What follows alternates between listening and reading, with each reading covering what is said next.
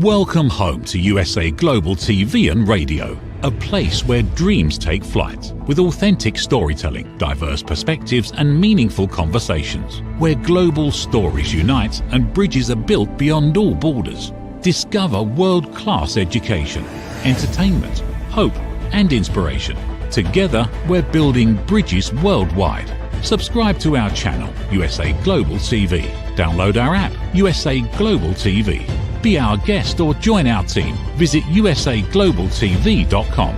Thanks to our founder and executive producer, Dr. Jacqueline Kerbeck. Music score by Yeffy Tang from Cloud Road Music. Voiceover artist Mike Porter. Creative direction by Paul Garcia. USA Global TV and Radio, your home for global connection. All rights reserved. This video and its contents are the exclusive property of USA Global TV and Radio. Unauthorized use, duplication or redistribution in any form is strictly prohibited. Doesn't Monday come fast, everybody? Hey, it's me, Justin MIRIGLIANI, on Use a Whole, Body, Mind, and Soul on the network, USA Global TV. Sorry about my throat. I've been fighting throat problems over the last couple of days. Got my Eagle stuff on still, my Eagles hat, Reggie White jersey. We're filming right out of the Philadelphia area. Get that hat straight. We're out of the Philadelphia area, so we're getting ready for the Super Bowl. For those of you around the world who are going to be watching the Super Bowl, the Eagles are going to be taking on the Chiefs in the rematch of 2023. So let's hope, well, at least I hope, and all of us around here hope, that the Eagles avenge that loss.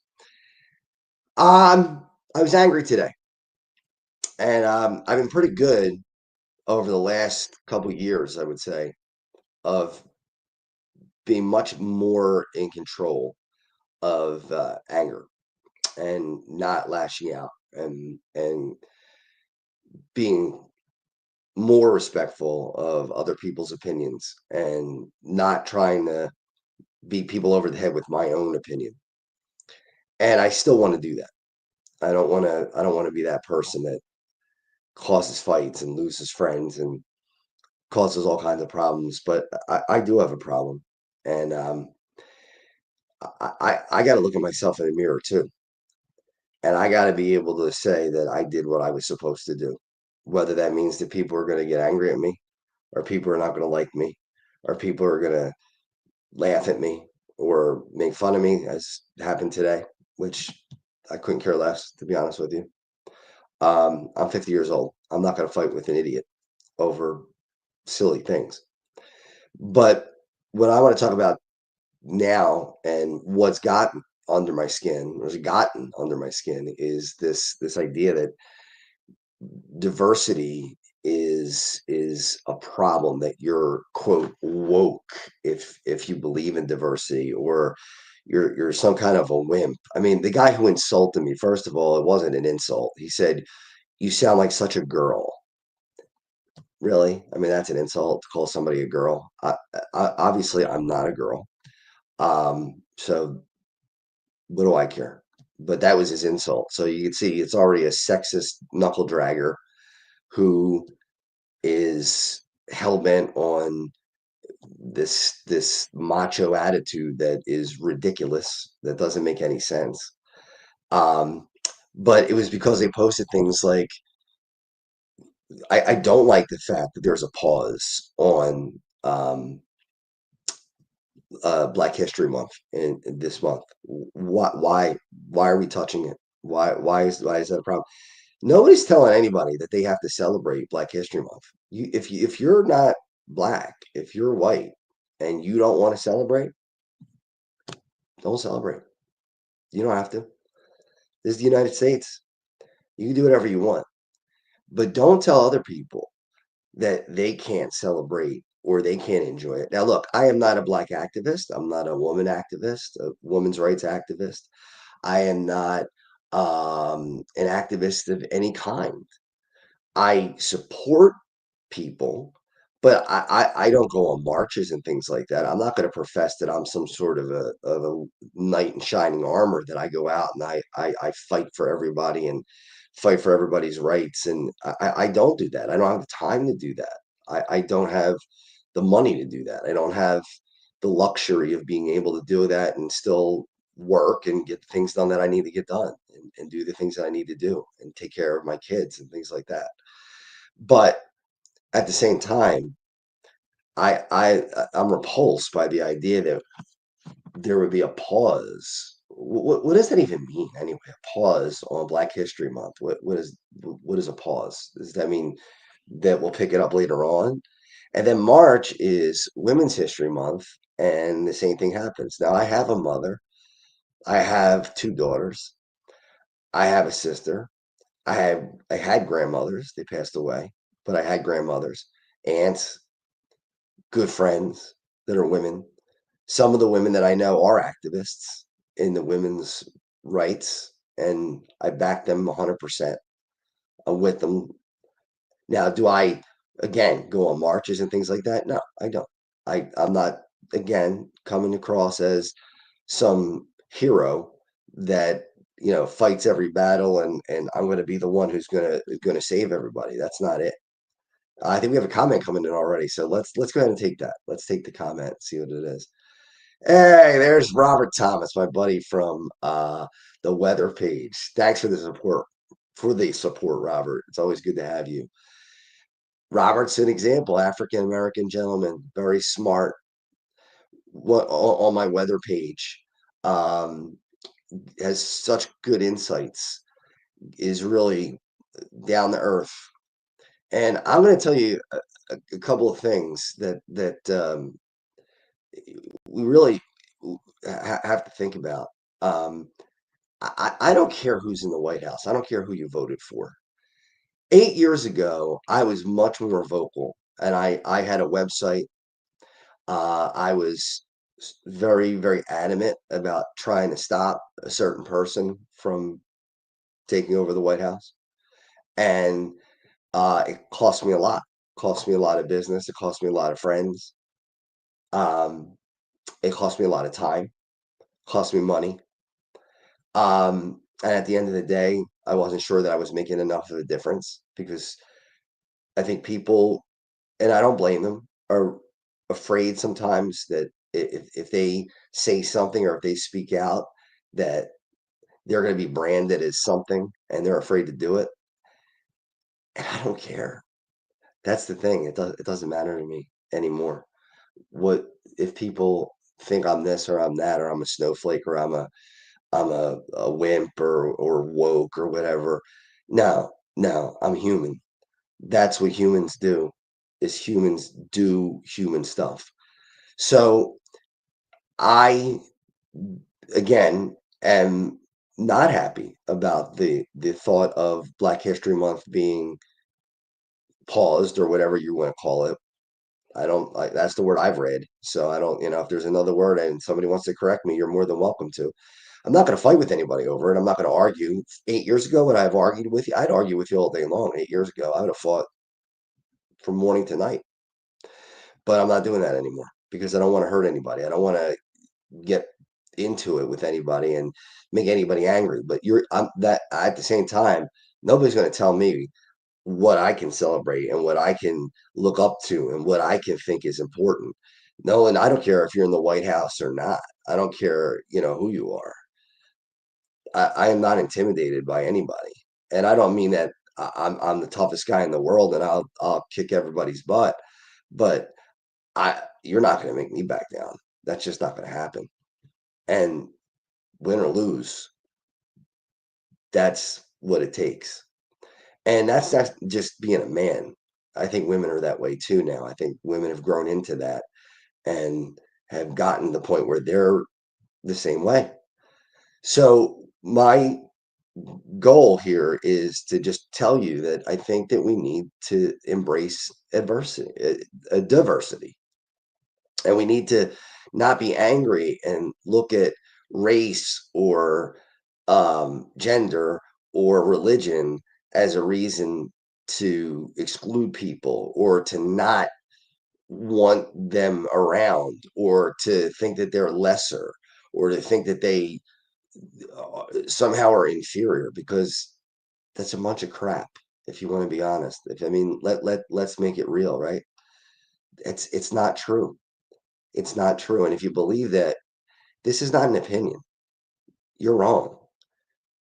A white hug and a black hug and a Chinese hug and a Japanese hug and a Muslim hug and a Jewish hug all feel the same. They don't feel any different. There is no difference. None. You wouldn't know the difference if you closed your eyes. You wouldn't notice the difference. So this idea that people are different, they're not. There are now, are there cultural differences? Of course there are, but that's okay. There's nothing wrong with that. And two things can be right at the same time. So talking to a friend of mine, and because I believe what I believe, I grew up in South Philadelphia. Now let me tell you something. I, I loved growing up in South Philadelphia. I enjoyed it, and there were a lot of great neighbors, and we were really close. But there was a lot of racism.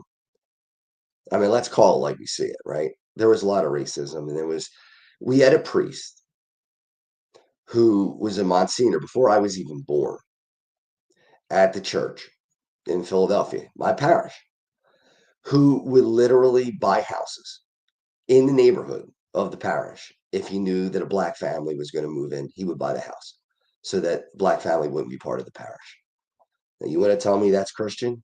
You want to tell me that that's what Jesus would do? You want to tell me that's fair? And then worse, there's a picture of him hanging up in one of the in almost an adoration of him in the hall. And back then it didn't faze me any because I was a kid. I didn't know any better. I didn't know. I didn't know what he was doing was wrong. I mean, my parents were never racist. My parents were always very, very, they're more liberal than I am. I mean, I'm a moderate liberal, but they're more liberal than I am. And they always taught me how everybody should be treated. But I'll tell you right now, there's one person on earth that I message every single day. One person on earth. Her name is Jocelyn Cura. And we went to grade school together. She's Puerto Rican. And she's the only person on earth that I literally message every day on Facebook. Every morning there's a ding, or she gets a ding, and we go back and forth. I don't care that she's Puerto Rican. I love her. It doesn't matter to me. Listen, I should be dead. I was saved by two people who have been part of the marginalized people. One is a Latin American man named Dr. George Prieto. If it wasn't for Dr. Prieto in 2002, actually 2003, I started getting sick in 2002 with ulcerative colitis. But in 2003, I was falling off a cliff. I was going down to the point where it was almost over. My blood pressure was 90/42. My heart rate was way up. I was internally bleeding. It did not look great. And I almost was to the point where I didn't even care. I was like, if it's over, it's over. It didn't matter to me. I was just too sick to even realize what was going on. This was going on for months. Lost 50 pounds in 3 months. Just completely wiped away. And this man, Latin American man, saved my life. Put me in the hospital for 11 days, put me on feeding tubes and all kinds of stuff. Gave me iron, blood transfusions, everything you could think of to bring me back. And he brought me back. And then fast forward 2015, and because of his surveillance, he catches the precancerous cells in my colon that would have inevitably turned into colon cancer and saved my life again, twice. Now, he's not white. Do you think that matters to me? I'm alive today. I'm with my kids. I'm doing the things that I need to do. I'm with my family because this man saved my life. I would take a bullet for him. We talk about, well, oh, okay, well, you're talking about a woman from Puerto Rico and a Latin American man, and we're talking about Black History Month. It's the same thing. When you're talking about diversity, we're talking about all kinds of people. We're not just talking about black or white. It's not just two. There are more cultures. There are more people that do things. Jewish people. The surgeon who saved my life with my colon surgery was a Jewish man from Russia, a Jewish immigrant from Russia. Without him, I'm dead.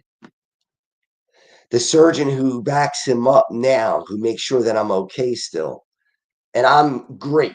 I'm in great health. I'm healthier than I was when I was in my 20s, except for this cold. But I'm in better shape. I could jump rope for an hour and a half.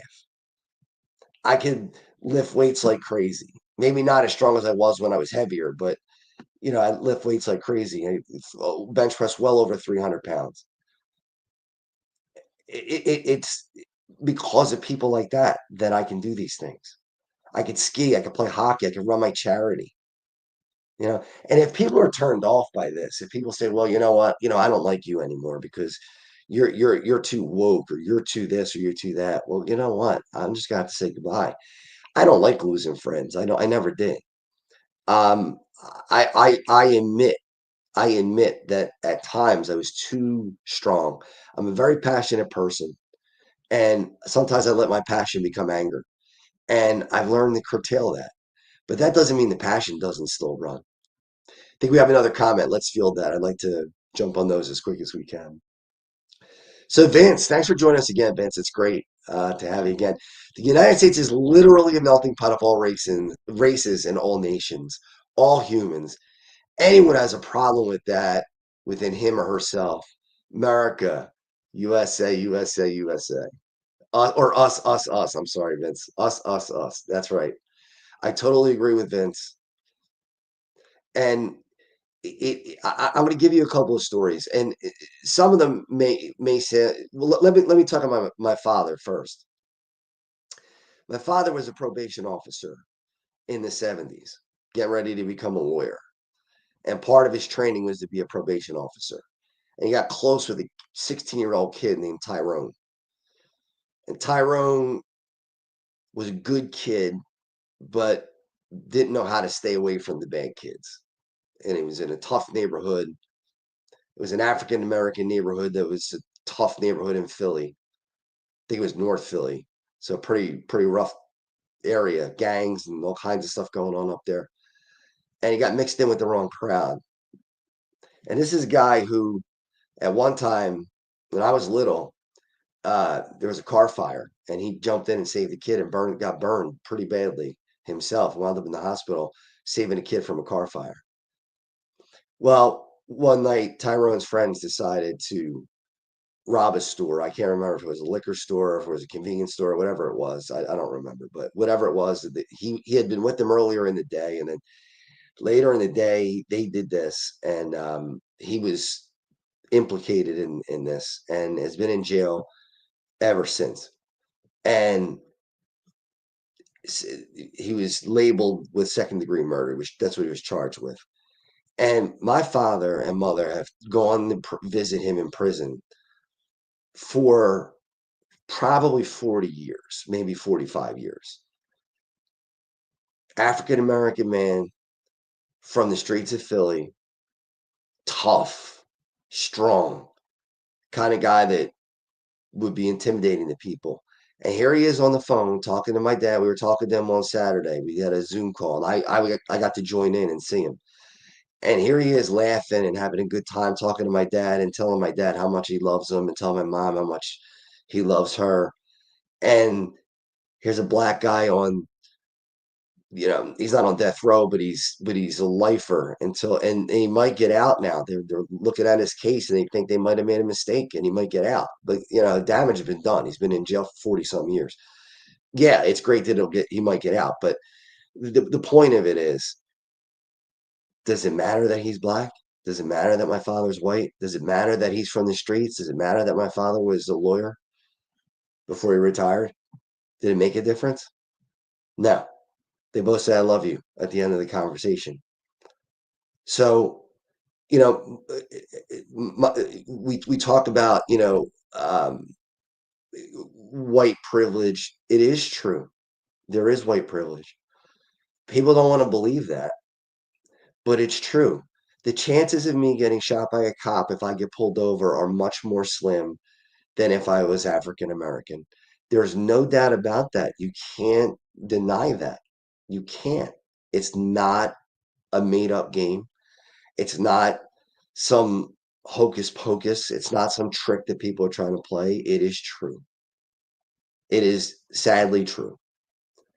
And that's a shame that it's got to be that way. And then now I've heard that Women's Month is being paused because we don't want to single out women and celebrate women. Women are marginalized too. Now, can I say that I've always been a person who was sympathetic to women's causes? No, I can't say that. When I was a 20-year-old kid, I was like every other 20-year-old kid. I like girls, and I didn't do anything that was inappropriate, but I enjoyed flirting with girls and being manly with girls and things like that. And I didn't give thought to, what their goals were, what they were thinking and what they wanted out of their lives. I was like, how would I, how do I attract them? How do I make them want to be with me? It was always about, and not always, but a lot of times it was about that. And it was a lot of times about looks too. What do they look like? Are they hot enough? Did they meet the requirements in my own mind that I needed them to meet for me to want to date them? And it was wrong. It was wrong. And I don't run from it. It's something that was a mistake.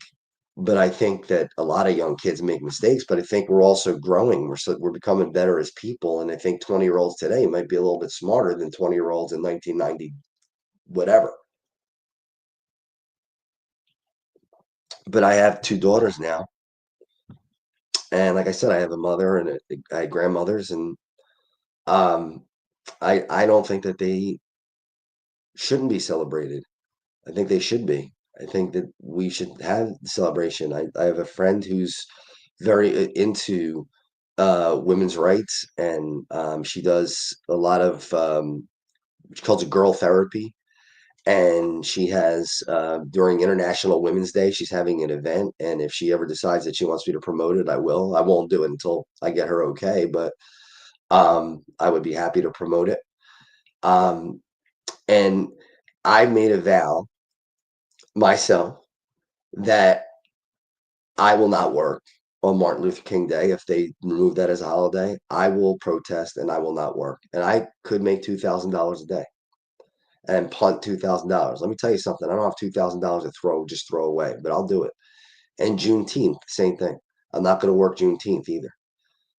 Even if it's $2,000, I'm not going to do it. Now, I can't take the whole month of February off, and I can't take the whole month of March off for women. I mean, at some point, I have to draw a line somewhere.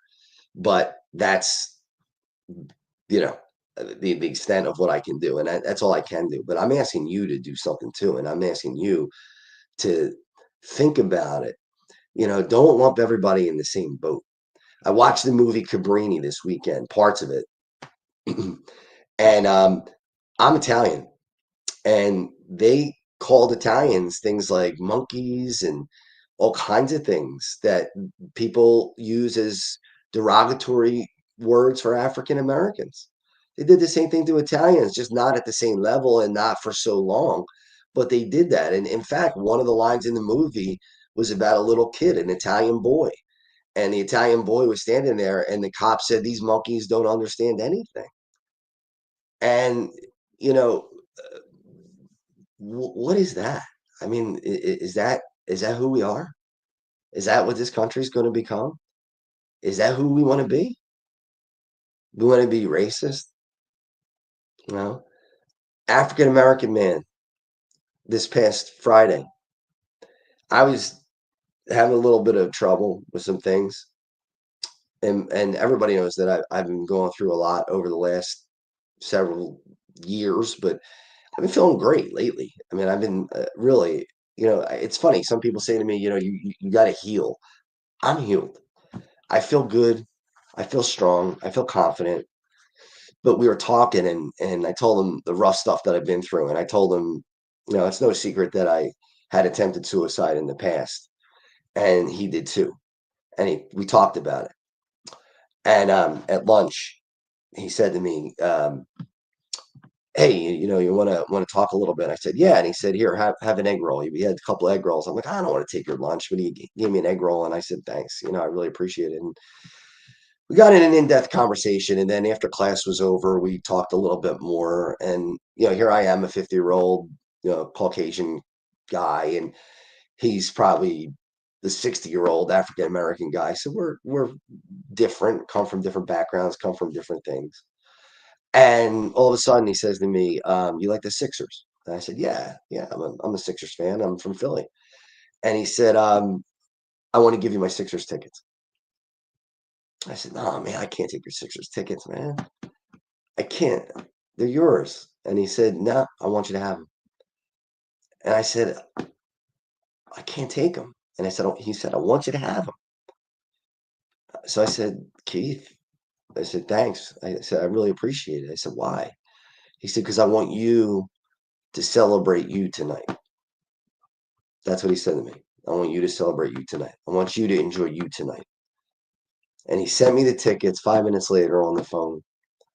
And later that night, I'm at the Sixers game, watching the Sixers, and I enjoyed myself and enjoyed being in that moment and enjoyed the fact that I had this conversation with this man and enjoyed the fact that I made a friend that day who's going to be a friend for a lifetime because two hearts and souls connected, and it didn't matter what our skin looked like at all. It made no difference whatsoever. It was two people who knew what pain felt like and who understood each other's pain. Maybe it was different pain. He went through different things than I did. I went through different things that he did, but we both understood the language of pain and we were able to understand each other. And that's what made a difference to me. And that's why I'm not going to let February go by without every day at least posting one thing for an African American to celebrate them every day. And if people don't like it, skip it. Scroll by it. You don't have to look at it. If it's a video, don't watch it. If it's something to read, don't read it. But if you want to read it, if you want to learn more, if you don't, if that's something that you're interested in and learn it, then do it. And two things can be true at the same time. People will say to me, "Well, you really want to help out and you're really concerned about the African American community, so you must hate the police." Why are those two things mutually exclusive? Where does that come from? That if you are a person who cares about African American people, that somehow you're anti-police. That's ridiculous. Are there great police officers? Yes, there are. Are there bad police officers? Yes, there are. It's just like we glorify people who are in the military. Timothy McVeigh was in the military. Are we going to glorify him? We look at one thing and then we either say this is a great person or this is a bad person based on one thing. And it's more than that. People are a mix of both. Now, what the hope is that people are going to be more good than bad, but there's nobody who's perfect. I make mistakes. You make mistakes. Everybody makes mistakes. Another story I could give you was we were outside. This is when I was married with my kids. They were young. And we were outside the Football Hall of Fame, ironically. Or no, I'm sorry, the Rock and Roll Hall of Fame in Cleveland. And a family came up to me and they said, "We're really hungry. We have no food." And it was a wife and kids. And I didn't know if they were telling the truth or not. I had no idea. But I had to give them something. So I gave them $10. And they said, "Thank you so much." And I walked 2 or 3 more blocks. And an African American gentleman walked up to me. And I found out later his name was John. And I don't tell this story often because it kind of cheapens it a little bit. And I told it on Facebook because my therapist actually told me to tell it because he thought it was an important story to tell. But what happened was I'd already given away $10. I'm not a rich man. I don't have a ton of money. And I was already spending thousands of dollars on this trip that we were taking for my daughter to sing in Cleveland and all that. And this guy, homeless guy, John, walks up to me, and I didn't know his name. And he said, "Yeah, hey brother, do you have anything to spare?" I said, let me look and see what I got left. And I looked at my wallet, and he said, "You know what? I got to tell you, there's a store around here. It's Al's Deli in Cleveland." He said it, or actually, he didn't tell me the name. He just told me that it was a deli in Cleveland. And he said, they do me a favor. They see me all the time. So for $5, they give me a huge sandwich of corned beef and a huge helping of fries just for $5, and they give me a drink. So I said, you know what? Here's $10.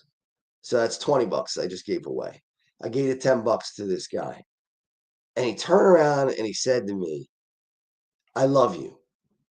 And he gave me a big hug. Now, he was filthy dirty. I didn't know if he had, he could have had anything, right? Homeless. You could have lice. You could have any kind of. It is what it is. It's not a knock. But I hugged him anyway, and I figured, whatever happens, I could always get treated for whatever. But I gave him a big hug, and the next thing he said to me floored me. He said, "You know what? Why don't you come to lunch with me? Dinner's on me." I said, "Oh man," I said, "I can't." I said, I'm with my family. I wish I could." He said, "You sure?" He said, "Because I got you gave me $10, and he said I could treat you and me." And I walked around that Hall of Fame, and I could not get this man out of my head. That he had enough for 2 meals for himself, but was willing to give up one for me.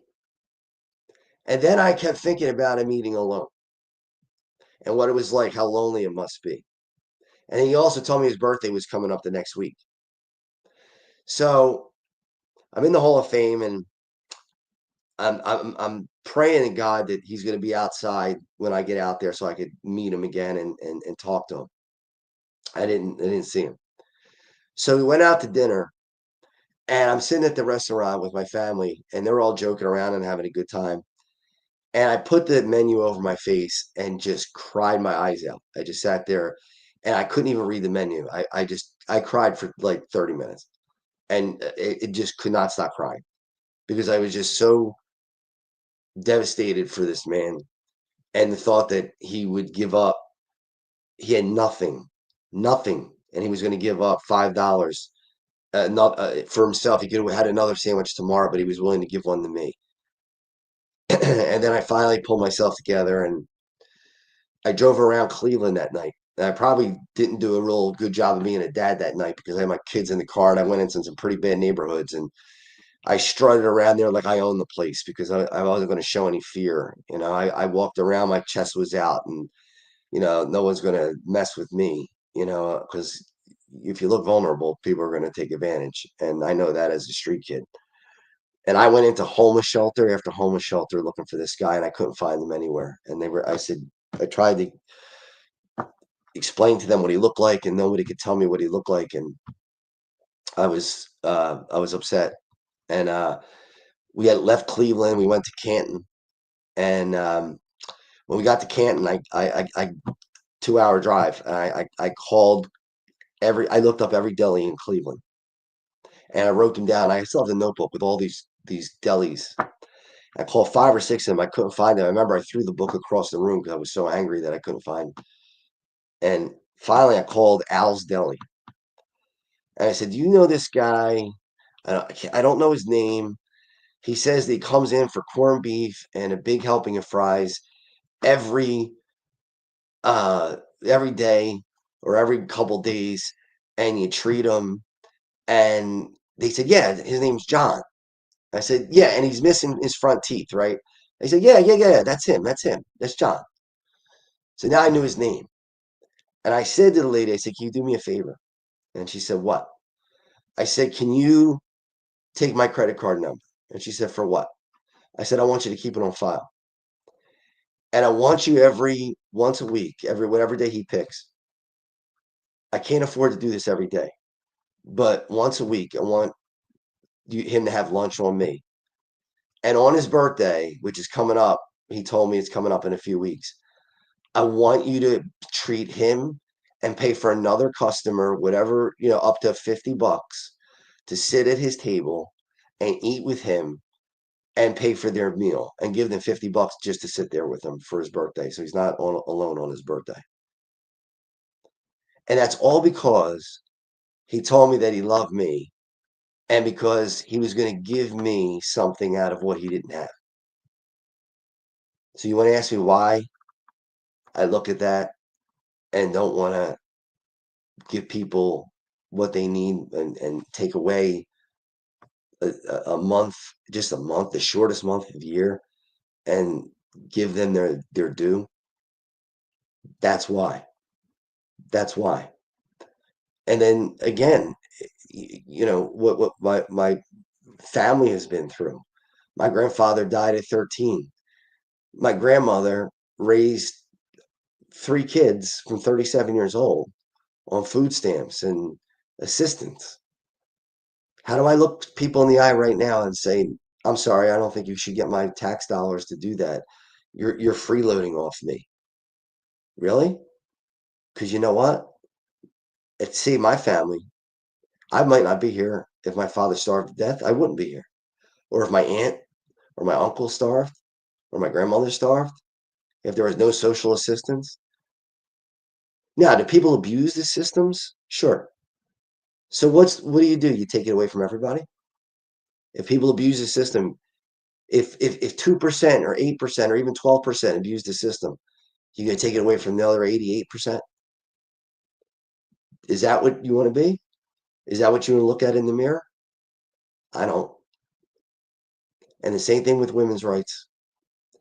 To say that, look, nobody has to vote for whoever they want to vote for. You have the right as an American to vote for whoever you want. But no politician voted in, not voted in, is going to tell me what I can celebrate and what I can't celebrate. And he's going to tell me what I can say on this airwave. Now, Dr. Jacqueline can because she did her airwaves, and I respect that. But nobody's going to tell me what I could say on my Facebook page. Now, I am going to be respectful of other people's feelings because I wasn't before. I've grown. I really did a good job of, I think, of apologizing to people for letting my passion become anger and then saying things I shouldn't have said. But you grow.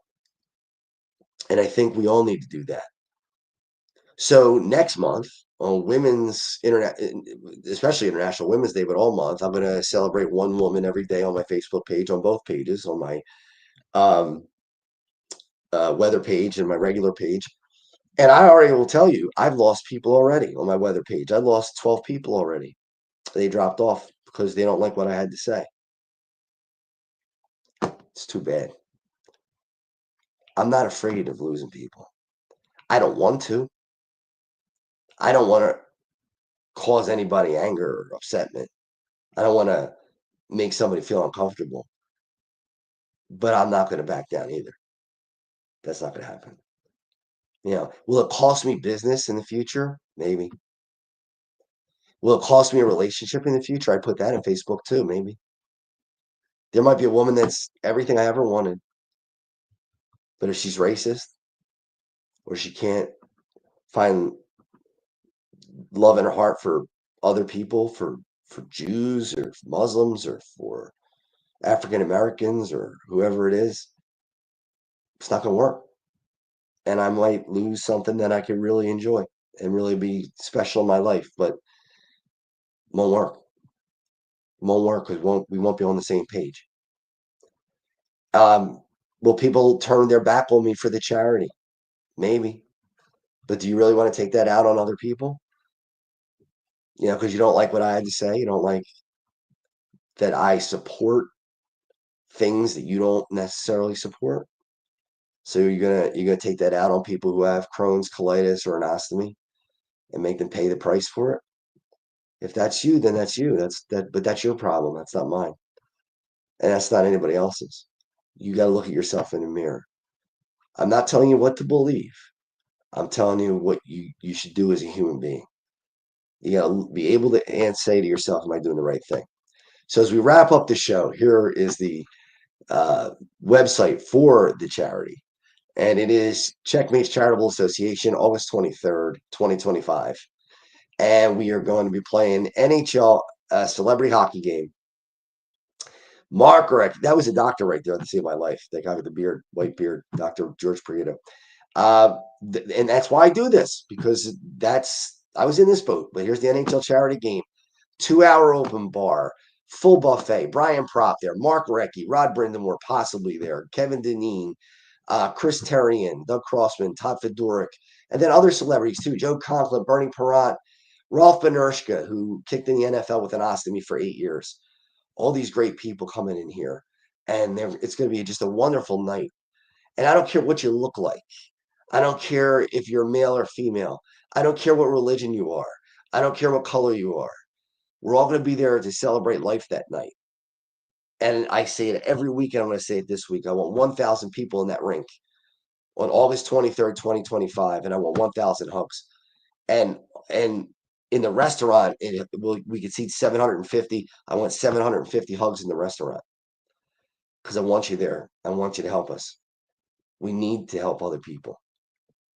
And find in your heart. You can't be an activist for everything. I know that. Nobody can. But find in your heart to do something and be something. Everybody's got greatness inside. Let it out. So before we go, we're just going to run this vignette on the hockey game, and then we'll wrap things up.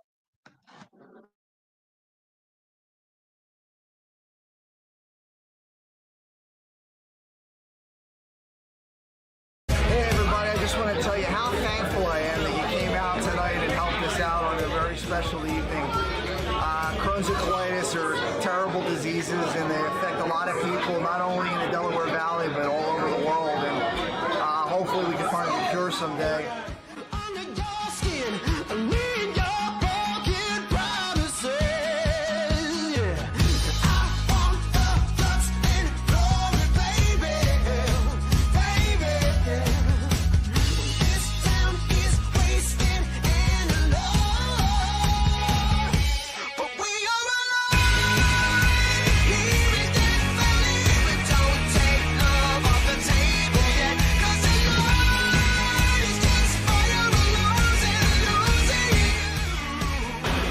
Nolan here with you at the Checkmates versus the Flyers alumni.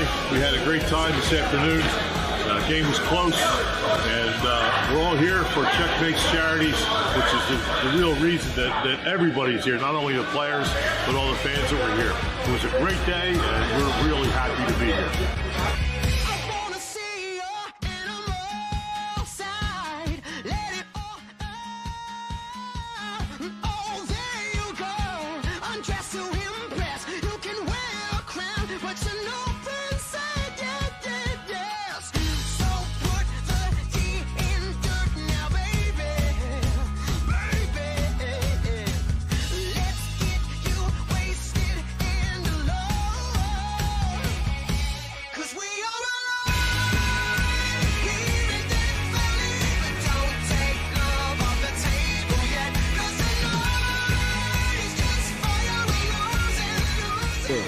It was fun to be out here at Northeast Skate Zone because the Checos were a pretty good team, and so we had a lot of fun with the charity. And it was good because they took it easy on us old guys. So we had a good time. So anytime you can do something for charity, and I know a couple guys on the other team, and just be on the rink, we all go have fun. Good times go. I'm either gone in an instant or here to the bitter, and I never know what I've got. I want to thank my family for all that they did to help me get through this, and there's a lot of planning that get done. It has to get done. I want to thank Nick's Roast Beef and Common Avenue for all they've done. Dr. Prieto for saving my life, finding the disease and treating me for so long. And the Flyers organization for all they do to help us raise money every year. So thank you everybody, I appreciate it.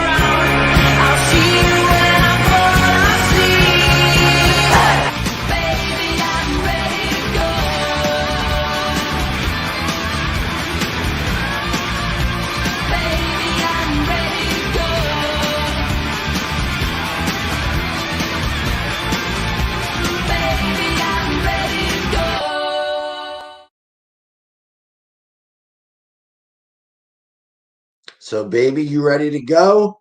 August 23rd, 2025. That's the day. Hockey game, celebrities, open bar, 2-hour open bar, full buffet. Can't beat it. The last thing I want to say to you as we close is there's nothing that you can do for yourself that's going to give you true greatness. What gives you true greatness is what you can do for somebody else. And if you live like that, you lived a good life. Have a great rest of the week, everybody. Let's go Eagles, and let's have a Super Bowl parade in Philadelphia this next week. Until next week, I'm Justin Mirigliani. I'll see you later. Ever dreamed of hosting your own TV show, sharing your story with a global audience? Now's your chance to shine. At USA Global TV and Radio, we make it easy for you to create, host, and broadcast your very own TV show. Whether you're a storyteller, entrepreneur, or industry expert, we help you bring your vision to life. With our exclusive interview, live streaming, and podcasting training, you'll gain the skills and confidence to captivate your audience. Our global platform ensures your voice is heard worldwide. Join our community of creators who are already making an impact, one show at a time. Step into the spotlight. Host your own TV show on USA Global TV and Radio. Book your discovery call today at usaglobaltv.com. Copyright 2025 USA Global TV and Radio. All rights reserved. Terms and conditions apply. To learn more, visit usaglobaltv.com. Have you ever felt unheard?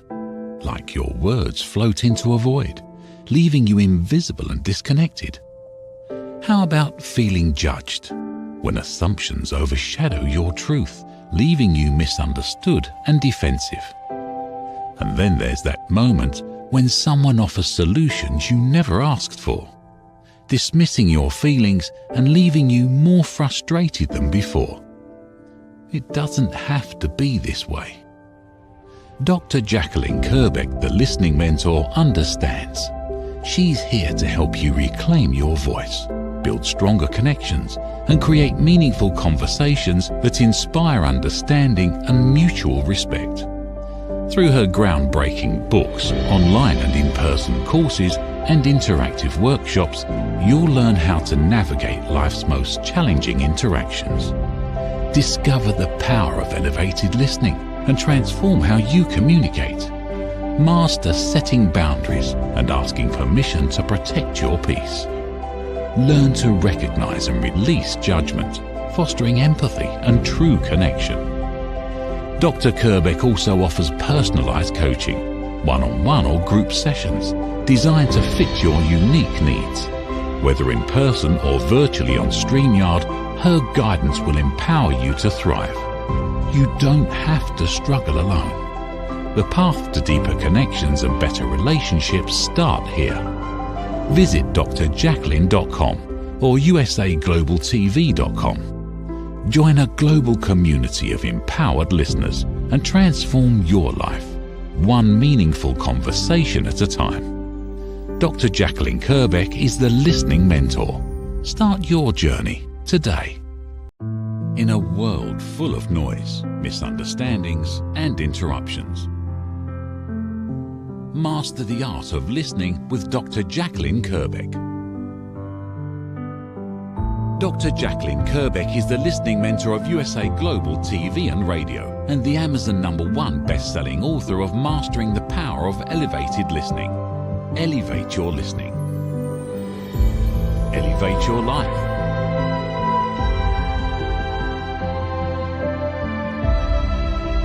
Join a global learning experience in person or via Zoom. Reserve your spot today. usaglobaltv.com/book-your-session or drjacqueline.thinkific.com. Join Dr. Kerbeck's listening courses or hire her to unlock deeper connections and authentic conversations. Thank you, viewers and listeners of USA Global TV and Radio, for joining us today. We're honoured to have your time and attention as part of our global community. At USA Global TV and Radio, we believe in the power of authentic conversations, meaningful connections, and creating a world of possibilities together. Want to be part of something bigger? Join our team of elevated listeners at usaglobaltv.com, a space where your voice matters and your ability to listen transforms relationships. Stay connected with us across all our platforms for thought-provoking discussions, expert insights, and empowering stories. Subscribe to our channels at youtube.com/c/usaglobaltv. Follow us on social media and explore the endless opportunities we're creating for growth, learning, and inspiration. Together, we're not just broadcasting, we're building bridges and changing lives one conversation at a time. For inquiries, contact us at info@usaglobaltv.com. Music by Johnny Dies. Produced by Executive Producer and Director Dr. Jacqueline Kerbeck. Voiceover by Mike Porter. Creative Direction by Paul Garcia. All rights reserved. Copyright 2025. Visit usaglobaltv.com to view our full terms and conditions.